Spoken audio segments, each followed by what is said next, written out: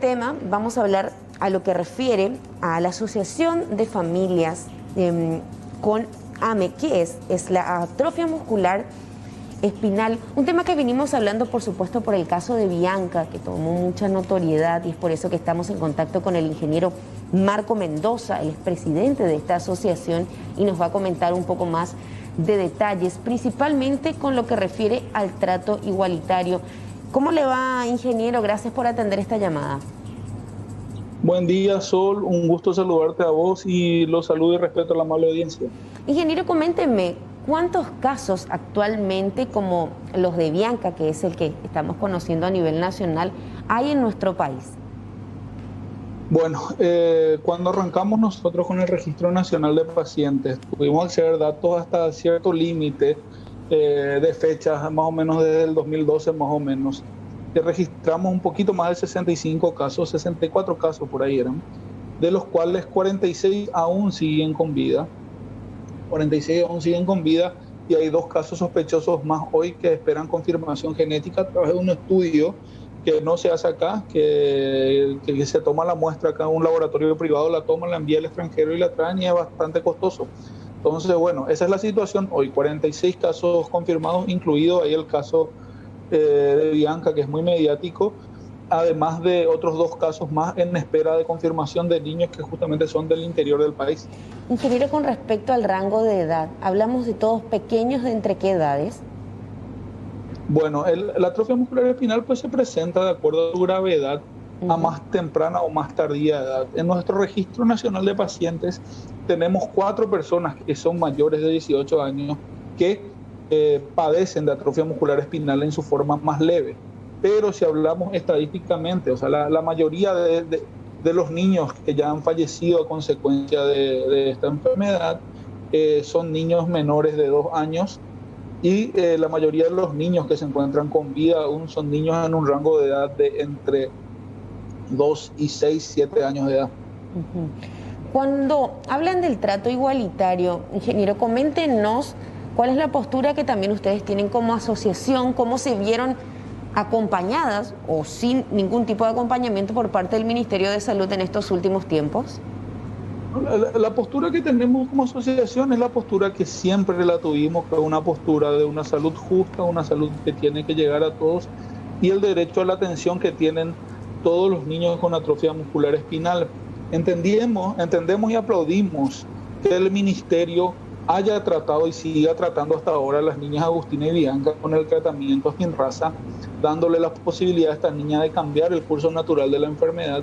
Pero también entendemos que así como estas 2 niñas, los otros 44 niños más que están con la misma condición genética tienen el mismo derecho a ser tratados por el Estado, y no vemos válido como una excusa el hecho de que nos digan que no hay dinero para tratar a los niños. O sea, estamos queriendo poner trabas presupuestarias cuando, si bien sabemos que son medicamentos costosos, la Constitución obliga al Estado a ver los mecanismos necesarios para proteger la salud y la vida en general. Con respecto a esto, el tema puntual, y siempre se habló de la situación económica, ¿verdad? Es un monto elevadísimo que familias de escasos recursos o cualquier persona, ¿verdad?, que tenga medianamente un buen pasar económico pueda acceder a ese tipo de medicamentos. Siempre se ha solicitado, se ha insistido el Ministerio. ¿Qué respuestas han recibido en todos estos tiempos? Y mira, la misma respuesta de siempre: no hay dinero y hay que ver los mecanismos. Entendemos que están intentando hacer, pero mira, el Ministerio de Salud es una entidad que hoy básicamente no tiene recursos para cumplir su función. Es una entidad que nunca, sin la fuerza política que debería tener para golpear la mesa y destinar y generar el debate necesario a nivel nacional de cómo fondear la salud, porque esto va más allá de simplemente el tema de atrofia muscular espinal, que es un tema que desnuda la deficiencia general del sistema de salud, en el cual evidentemente, y no hablamos solamente de gente de escasos recursos, como dijiste, Sol, estamos hablando de personas que por ahí pueden tener un buen pasar económico, que simplemente sus hijos o ellos mismos tienen un cáncer y tienen que quedarse en la calle, vender sus casas, vender sus lo que tengan y endeudarse hasta el cogote para poder acceder a medicamentos oncológicos nomás, que si bien son caros, hablamos de rango de 20, 30 mil dólares. Cuando hablamos de la atrofia muscular espinal, hablamos de que el Estado paraguayo pagó por cada dosis de Spinraza que se le colocó ya a Agustina y a Bianca, que fueron 6 dosis cada una, 12 en total. En diciembre tienen que recibir, es la fecha en la que le toca nuevamente una dosis, y hablamos de 100 mil dólares por dosis. El medicamento del que tanto se habla ahora también, del Zolgensma, que es una terapia de dosis única, cuesta más de 2 millones de dólares, ¿verdad? Estamos hablando de medicamentos extremadamente costosos y que difícilmente por medios privados nomás pueda conseguirse, ¿verdad? Entonces ahí es donde necesitamos un sistema de salud equitativo, un sistema de salud bien fondeado que de manera justa distribuya los medicamentos basados en antecedentes científicos para saber qué es lo que conviene de manera igualitaria para todos. Aclaremos bien esto, por favor, porque a veces se quiere malinterpretar. Sí. Toda familia tiene derecho a hacer la campaña que quiera hacer, y la campaña que hicieron los padres de Bianca es para pararte y aplaudir de pie todo lo que hicieron por sus hijas y todo el dinero que juntaron para lo que ellos creen que es la mejor terapia posible para sus hijos, ¿verdad? La obligación de cualquier médico es colocarle sobre la mesa cuáles son los pros y los contras, los beneficios, los peligros de una terapia, y ellos como padres tienen que decidir. Pero tenemos que pensar, cuando hablamos de igualdad y de distribución igualitaria, tenemos que ver qué recursos tenemos en el sistema de salud, y de acuerdo a esos recursos ver cuál es el mecanismo adecuado y la medicación adecuada, los tratamientos adecuados que puedan llegar de manera equitativa a todos los niños, porque estamos hablando de medicamentos como la Spinraza, que si bien nosotros pagamos 100 mil dólares por dosis, en Estados Unidos las aseguradoras pagan 125 mil, que es su precio full. Países como Argentina negociaron ese mismo medicamento a 30 mil dólares. Uh-huh. Países como Canadá lo negociaron a 25 mil, España paga 70 mil.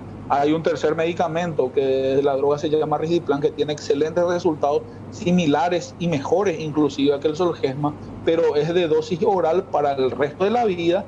Y bueno, y se maneja que va a tener costos similares, pero hay que sentarse a negociar como gobierno. Eso es algo que se puede hacer porque muchos gobiernos ya lo hicieron. Uh-huh. Ingeniero, ¿y ustedes desde la asociación se sentaron a plantear este tipo de alguna manera opciones, insistieron con respecto, porque mira, porque son montos realmente que tienen una diferencia, y hay una cuestión de voluntad que también debería partir desde el Ministerio de Salud para con los pacientes, porque hay muchos que ahora se están enterando que hay más de 40 niños en la misma situación que Bianquita, que hoy obviamente también están necesitando medicamentos muy, pero muy costosos. Correcto, no, esto se viene planteando ya desde el año pasado con el ministro. Se generó una mesa de trabajo. La primera consecuencia fue que salga este protocolo de atención de la resolución 71 del 2019 para atención a pacientes con atrofia muscular espinal. Pero y también seguimos insistiendo, o sea, se hizo la mesa de diálogo, empezamos a ver cómo íbamos a ver la forma de financiar y de qué ley teníamos que hacer, si es que utilizábamos la FONARE o hacíamos una ley nueva que introduzca, que cubra la AME, ¿verdad? O sea, lastimosamente, y debo decir lastimosamente entre comillas, la Cámara de Diputados, por algún motivo muy poco pensado, se apuró en meter las FONARES a través de la que llamaron Ley Bianquita. Uh-huh. Y bueno, yo me hago responsable de lo que voy a decir, porque estos diputados quisieron agarrarse de eso para hacerse pasar por sensibles y tomaron una decisión muy poco pensada. Pues la FONARE está del 2011 y no sirve para un cuerno, está muerta, porque no hay acciones políticas para que funcione, y las binacionales, que son los principales solventadores de ley según su escrito, han interpuesto recursos de inconstitucionalidad para no solventarla. Bueno, ok, se aprobó esa ley, ya tenemos la ley, no hay ningún problema. Hoy no sirve como está. Empezar a hablar de hacer otra ley va a hacer perder el tiempo, y tenemos que agarrar esa ley, modificar las FONARES y hacer que sea útil para que pueda ser aplicado en las patologías que esta indica. Y ese es el camino que venimos siguiendo. En la ley esta se promulgó, la ampliación de la ley FONARES que introduce a la AME entre las patologías afectadas, se promulgó el 5 de julio. Sí. 5 de julio, el 6 de julio nosotros estábamos presentando ya nota mediante el Ministerio de Salud pidiéndole que se constituya de manera urgente según manda la ley, y al Ministerio de Hacienda que constituya de manera urgente también una cuenta en el Banco Central para recibir los fondos como manda la ley. Ambas notas no han tenido respuesta aún, evidentemente configuran esto una negación tácita. Y bueno, esto ya fue llevado al Congreso Nacional, ya fue tratado en la Comisión de Derechos Humanos del Senado paraguayo, y si esto sigue, o sea, los caminos que van a terminar siguiendo va a ser que vamos a tener que llegar a instancias internacionales como la Comisión Interamericana de Derechos Humanos o la Corte Interamericana de Derechos Humanos, donde la República del Paraguay se va a tener que hacer responsable de la muerte de niños que no han sido atendidos en el mismo periodo en el que 2 niñas fueron atendidas como deben ser atendidas, insisto, y deberían seguir siendo atendidas, pero no han sido atendidos Dante, no han sido atendidos Christopher, se murió Sarita también, se tuvo que morir Berenice, Matías Alexander se tuvo que morir, se murió Toby, se murió Willy. Es triste que te tenga que estar citando nombres de niños que van muriendo en la orfandad de una atención integral del Estado, o en el cual el Estado elige a quién atenderle por el ruido que haga o no en prensa, y eso me parece aberrante. A mí me parece aberrante que padres en su lucha por mantener con vida a su hija tengan que estar amarrándose a ministerios para exigir ese derecho tan básico de esa niña, que es el derecho a la vida y el derecho a la salud.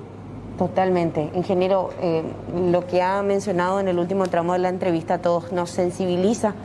Ponerle un nombre a aquellos niños que ya partieron y no tuvieron la posibilidad. Son niños que están, y te puedo decir nombres de niños que están esperando resultados. Te puedo hablar de un Mateo que le pregunta a su papá por qué pico no puedo caminar, o mami se cae la cabeza, no puedo más aguantar. Te puedo hablar yo desde la experiencia de un hijo que falleció a consecuencia de esta enfermedad antes de que haya tratamiento.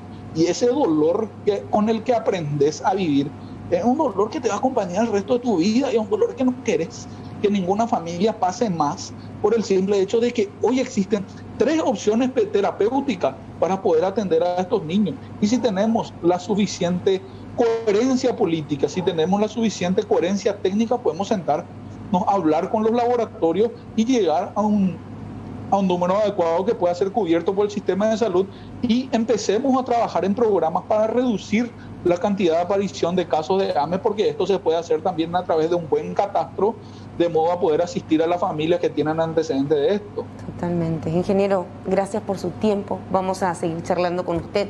Y este es un debate que a partir de ahora se instala en la sociedad, y es, creo que también lo positivo, hacer ruido, que la gente se involucre, porque esto es un caso y estamos hablando de este tipo de patología en general, pero lo decías, nuestro sistema sanitario no responde en muchísimos otros casos también, que a veces decimos son menos complejos, no tenemos una jeringa, no tenemos ningún tipo de medicamentos a veces nosotros al llegar a cualquier centro asistencial. Entonces, cuando hablamos de estos casos dimensionamos que el problema es mucho, mucho más grande. Gracias por su tiempo. Sí. Correcto, gracias a ustedes, a la familia AME Fuerza y al pueblo paraguayo, tengamos la fuerza también de querer cambiar esto y de saber que no tenemos por qué estar robando por un derecho tan básico como es la salud y como es el derecho a la vida, que está consagrado en nuestra institución. Las autoridades deben brindarlo, y yo quiero que cada paraguayo no se vaya a dormir pensando que hay familias que tienen niños con AME, o que yo tengo niños con AME, etcétera. Yo quiero que se vayan a dormir con la tranquilidad de que si necesitan sus hijos o necesitan ustedes atención médica, sea una simple cama de terapia intensiva para un cuadro respiratorio, o sea, una atención oncológica o enfermedades lastimosamente graves como la AME o la fibrosis quística, tengamos el sistema de salud que los cubra de manera adecuada, con los fondos necesarios para esto y con los controles adecuados para que el dinero se gaste de manera correcta. Perfecto, gracias ingeniero Marco Mendoza, presidente de AFAME Paraguay, hablando con nosotros.